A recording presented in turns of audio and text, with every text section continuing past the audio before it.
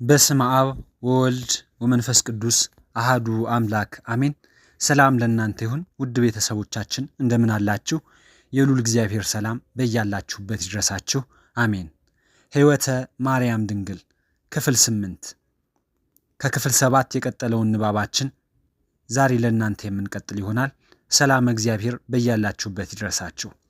ሶስተኛ በአዲስ ሰማይና በአዲስ ምድር መተካቷ። አሮጌውን አሮጌ ማለት የሚቻለው አዲስ ነገር ሲኖር ብቻ ነው። አዲሱን ኪዳን ከእግዚአብሔር ስንቀበል የቀደመውን ኪዳን አሮጌ ብለነዋል። ይህችን ምድር እና ይህችን ሰማይ አሮጌ ብለን በአዲስ ሰማይና በአዲስ ምድር የምንተካበት ጊዜ ሊመጣ እንደሚችል ደግሞ ዮሐንስ ወንጌላዊ በራእይ ይመሰክራል። ራእይ ዮሐንስ ምዕራፍ 21 ቁጥር 1 ዘመንን ዘመን ሲተካው አዲስ ብለን የተቀበልነውን ዓመት ጥቂት ወራትን ካሳለፍን በኋላ አሮጌ ብለን ስንሸኘው መኖራችን የተለመደ ተግባር ነው። ሌላው ቀርቶ ሰውን ያህል ታላቅ ፍጡር እንኳን ሰው የሚተካው በመሆኑ ማርጀት አንዱ የሰው ልጆች ጠባይ መገለጫ ሆኗል። 3 ነገሮች ብቻ በእርጅና ሳይለወጡ ጸንተው ይኖራሉ። የመጀመሪያው ለባህሪው እርጅና የማይስማማው አምላካችን እግዚአብሔር፣ ሁለተኛው 7ቱ ሰማያትና ሶስተኛው ቅዱሳን መላእክት ናቸው።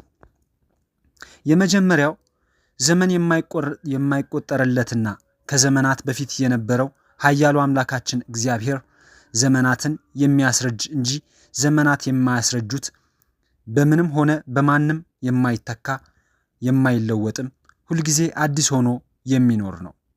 ታላቁ የእግዚአብሔር ሰው ይህን ታላቅ ጌታ የገለጸበት ቃል ምንኛ ድንቅ ነው። አንተ ግን ያው አንተ ነህ፣ ዘመኖችም አያልቁም። መዝሙር 101 ቁጥር 26 ነበር ያለው። ሁሉን አሳልፎ እሱ ግን ብቻውን ለዘላለም አዲስ ሆኖ ይኖራል።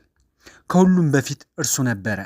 የዛሬ ታላቅነቱ በትላንት ታናሽነቱ የተጀመረ አይደለምና ሁልጊዜ አብይ እግዚአብሔር ተብሎ ሲመሰገን ይኖራል። ሁለተኛው 7ቱ ሰማያትና ቅዱሳን መላእክትም ምንም እንኳን ከዘመናት መፈጠር በኋላም የተገኙ ፍጥረታት ቢሆኑም ከሌሎች ፍጥረታት ልዩ የሚያደርጋቸው ጸጋን የሰራዊት ጌታ እግዚአብሔር አጎናጽፏቸዋል። እርሱም የማያረጁና ኃይላቸው በድካም የማይለወጥ መሆኑ ነው። የዚህም ምስጢሩ በመላእክት ዘንድ እና በከተሞቻቸው ውስጥ ዘመን የማይቆጠር መሆኑ ነው። ሁልጊዜ በሰማይ ዛሬ እንጂ ትላንትና ነገ የሉም። ዕድሜያቸው ቀናቸው የሚለካው ጨለማ በማይፈራረቀው ፀሐይ በኢየሱስ ክርስቶስ መሆኑ ነው። እኛም ከመሰረት ጀምሮ ለዘላለም እንዲኖሩ እንጂ ከንቱነት የሚስማማቸው ፍጥረታት ጋር የምንስማማ ፍጡራን ሆነን ባለመፈጠራችን በቀደመው የሰው ልጆች ስህተት የተነሳ በከንቱ ዓለም ውስጥ የምንኖር ፍጡራን ለመሆን የተገደድን ቢሆንም ተስፋ ግን አለን። ለዘላለም መለወጥ በሌለበት ዓለም ውስጥ የምንኖርና ዛሬ የቅዱሳን ብርሃን ብለን የምንጠራው ፀሐይ ጽድቅ ክርስቶስን እየሞቅን የምንኖርበት ዘመን ይመጣል። እሱም የአሮጌው ምድርና ሰማይ አልፎ አዲሱ ሰማይና አዲሱ ምድር ሲመጣ ነው። የሚመጣውም አዲሱ ሰማይና ምድር አሮጌውን እንደለወጠው ሁሉ እመቤታችንም ሁሉን አዲስ ለማድረግ እግዚአብሔር ያዘጋጃት አዲስ ሰማይና አዲስ ምድር ናት። ይህ የተስፋ ዓለም ይህን ዓለም ተክቶ ለሰው ልጆች ከመሰጠቱ በፊት ስለዚህ ዓለም የተነገረው ሁሉ በእመቤታችን ተደርጓል። ይህ ዓለም ከመጣ በኋላ በነጭ ዙፋን ላይ የተቀመጠው ጌታ የተናገረውን በጥቂቱ ለማሳየት ብንመለከት እኔ ለተጠማው ሁሉ ይጠጣ ዘንድ ከሕይወት ውሃ ምንጭ ያለ ዋጋ እሰጣለሁ፣ ድል የነሳም ይህን ይወርሳል፣ እኔ አምላክም እሆነዋለሁ፣ እሱም ልጅ ይሆነኛል። ራእይ ዮሐንስ ምዕራፍ 21 ቁጥር 6። አቡ ቀለምሲስ ዮሐንስ ይህንን ሲናገር ስለ አዲሱ ሰማይና ስለ አዲሲቷም ምድር መናገሩ ነው። ነገር ግን ይህ ሁሉ አስቀድሞ በእመቤታችን አልሆነምን? የሕይወት ውሃ ወንጌልን ልጅነቱም ከእሷ ከተገኘ አንድ ልጇ ያለ ዋጋ አገኘ ነው። ከቃሉም ዘጸምአ ይምጻ ሀቤ ወይስተይ፣ የተጠማ ሁሉ ወደ እኔ ይምጣ ያለ ዋጋ የሚጠጣ የዮሐንስ ወንጌል ምዕራፍ 4 ቁጥር 14 ሲል ሰማ ነው። ሰው የእግዚአብሔር ልጅ የሆነውስ ጌታ ከእመቤታችን ከተወለደ በኋላ አይደለምን? አዲሲቷ ምድር እመቤታችን ያስገኘችልን ዳግማዊ አዳም ከቀዳማዊ አዳም ይልቅ ለፍጥረታት ሁሉ የበኩራት አይነት እንድንሆን በቅዱስ ቃሉ አስቦ ወለደን። ይህን አባቱነትንም ያረጋገጥነው ከዚህ ዓለም ወደዚያኛው ዓለም ከመሄዳችን አስቀድሞ አቡነ ዘበሰማያት ብላችሁ ጥሩኝ ሲለን ነው።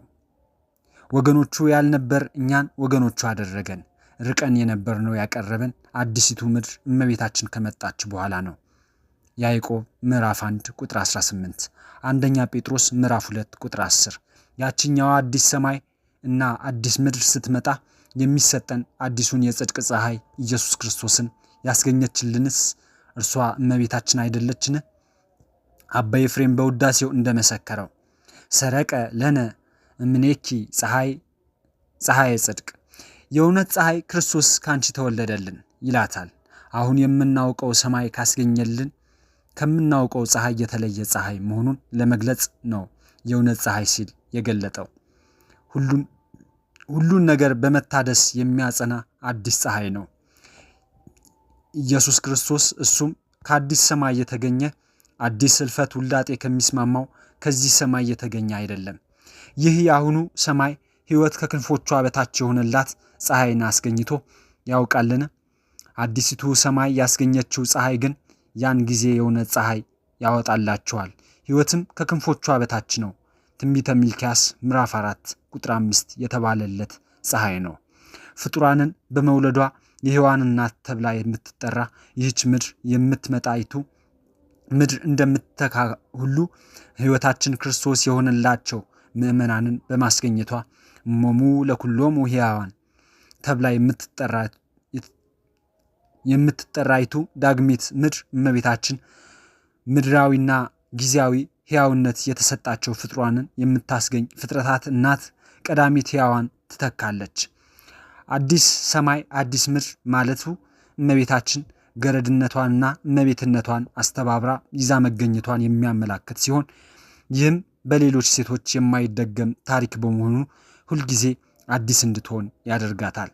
ገረድነትን ከእመቤትነት ጋር፣ እናትነትን ከድንግልና ጋር አስተባብሮ ይዞ መገኘት የሚቻላት ሴት አትገኝምና እናቱን የፈጠረ ልጅ እርሱ የድንግል ማርያም ልጅ ክርስቶስ ብቻ ሲሆን ፈጣሪዋን የወለደች ብቸኛ እናት እርሷ እመቤታችን ድንግል ማርያም ብቻ ናት። ይህን ታሪክ ሊያስረጅ የሚችል ሌላ አዲስ ታሪክ ብትፈልጉም ታገኛላችሁን? ይቀጥላል። ምስጋና ይሁን አንድ አምላክ ለሚሆን ለአብ ለወልድ ለመንፈስ ቅዱስ ዛሬም ዘወትርም ለዘላለሙ አሜን። ገነት። ይህንን ቃል ቀጥታ ወደ አማርኛ ብንለውጠው የአትክልት ቦታ ተብሎ የሚተረጎም ሲሆን የታጠረና የተቀጠረ አይምሮን ሁሉ መማረክ የሚችል ምድረ በዳ ያልሆነ ልዩ የአትክልት ቦታን ያመለክታል። እስካሁን ስናነሳ የነበረችው ምድራችን በ5 ክፍል ተከፍላ 5ቱ ዓለማተ መሬት ተብለው ይጠራሉ።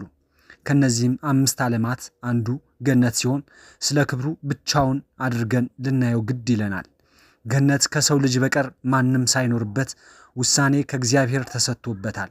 ኦሪት ዘፍጥረት ምዕራፍ 2 ቁጥር 8 የህልውናዋን ዜና ታላቁ መጽሐፍ የመዘገበላት ፍጥረት ሁሉ ተደራጅቶ አልቆ በመጨረሻ ስለተፈጠረው የሰው ልጆች አባት ሲናገርም በምስራቅ በኩል ሌላ ዓለም ተተከለች፣ እሷም የኤደን ገነት ናት ብሎ ነው።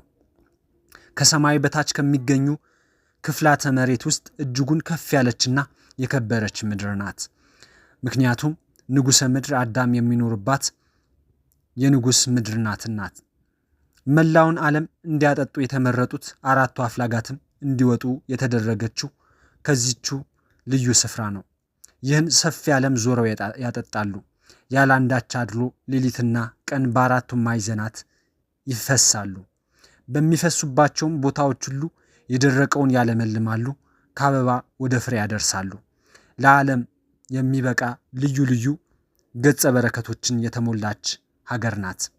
ገነት ለሰው የሚሆኑ ውድ የሕይወት ስጦታዎችን አሟልታ ይዛ ነበር። ሁሉን ማወቅ ከሚያስችለው ዛፍ ጀምሮ ለዘላለም በሕይወት መኖር እስከሚያስችለው የሕይወት ዛፍ ድረስ በውስጡ አሉ።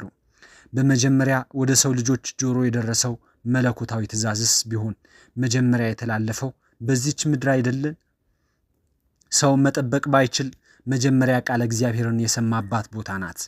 ሰውና እግዚአብሔር አብረው ይኖሩ የነበረው ሰው በገነት በኖረባት ጊዜያት ሲሆን በኋላም ጊዜው ሲደርስ በዓለም መለያየቱ ጠፍቶ አንድነቱ ጸንቶ ነውና እግዚአብሔር በአንድነት መኖር የጀመሩት በገነት ነበር። የሉቃስ ወንጌል ምዕራፍ 23 ቁጥር 43። አባታችን አዳም በሰራው ስህተት የጀመረው ኑዛዜ በገነት ውስጥ በነበረው ጊዜ ፍጻሜውን አላገኘም ነበር። ጀምሮ ሳይጨርስ ነበርና የተወው። አዳም ኑዛዜው እስከ ደመደመበት ዕለት ድረስ ከእግዚአብሔር ተለይቶ ከገነት ወጥቶ መኖር ግድ ብሎታል። እርቁ የተፈጸመበት ዕለተ ዓርብ አዳምም የመደምደሚያውን የኑዛዜ ቃልና የመማፀኛ ንግግር ያደረገባት ዕለት ሰዓት ይህች ዕለት ዓርብ ናት። ከሞት ጋር ተፋጦ ፈያታዊ ዜማን ያደረጋት ንግግር እኮ አዳም በገነት ጀምሮ የተወውን ንግግር ለመደምደም የተነገረች ንግግር ነች። የነገር ሁሉ መደምደሚያ መንግስተ ሰማያት መንግስተ እግዚአብሔር ናትና ለ5500 ዘመን ለተደረገው ጸሎት መሪና ፊት አውራሪ ሆኖ ገነትን ያስከፈተው ይህ አጭር ጸሎት ጥንት የተጀመረው የአባቶቻችን ጸሎት ፍጻሜ እንጂ ዛሬ የተጀመረ አይደለም። አጭር በሚመስለው በዚህ ጸሎት የሰው ልጆች ገነትን መውረሳቸው ተረጋግጧል። በዚህም እመቤታችን ድንግል ማርያም የአበው የነቢያት የጸሎታቸው ፍጻሜ መሆኗ የታወቀ የተረዳ ሆነ።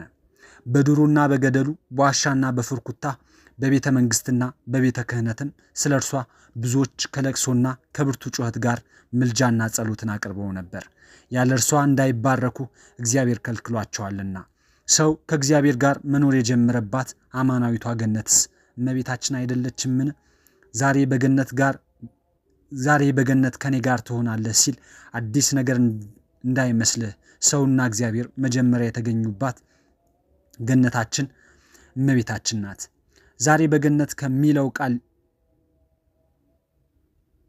ስሙንም አማኑኤል ትለዋለች የሚለው ስም አይቀድምምን? አማኑኤል ማለትስ እግዚአብሔር ከኛ ጋር ሆነ ማለትም አይደለምን? የማቴዎስ ወንጌል ምዕራፍ 1 ቁጥር 23። ስለዚህ በገነት ከእግዚአብሔር ጋር መኖር ከጀመርን ቆይተናል ማለት ነው። ይህች ጌታ የተጸነሰባት ዕለትና ሰዓት ሰውና እግዚአብሔር በገነት ህብረት የፈጠሩባት ሰዓት ናት። መለያየቱ በተፈጠረበት ዕለትም ወደ ሰው ልጅ የሄደው እግዚአብሔር ነበር።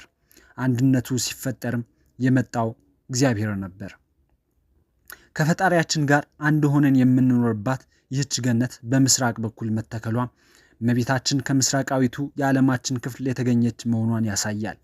ገነት ውስጥ አዳም ብቻ እንጂ ልጆቹም ሆኑ የልጅ ልጆቹ ከበደል በፊት ገነትን አላወቋትም ነበር። ይህም እመቤታችን ከዳግማዊ አዳም ከክርስቶስ በቀር በውስጧ ሌላ ሰው ያልተጸነሰ መሆኑን ያሳያል። የመጀመሪያዋ ገነት ከእመቤታችን አዳም በኋላ ሌላ ሰው በውስጧ መመላለስ አለመቻሉም ከተስማማን ከእመቤታችንም ማህፀን የወጣ ከኢየሱስ ክርስቶስ በቀር ሌላ አንዳች ፍጥረት የለም ብንል አልተሳሳትንም። ከዳግማዊ አዳም ከኢየሱስ ክርስቶስ በኋላ ለዘላለም ተዘግታ ትኖራለች። ነቢዩ እንደመሰከረው ትንቢተ ሕዝቅኤል ምዕራፍ 44 ቁጥር 2 በመላእክቱ እንድትጠበቅ ያደረገውስ ለዚህ አይደል? ክፍል 8 ይቀጥላል። ምስጋና ይሁን አንድ አምላክ ለሚሆን ለአብ ለወልድ ለመንፈስ ቅዱስ ዛሬም ዘወትርም ለዘላለሙ አሜን።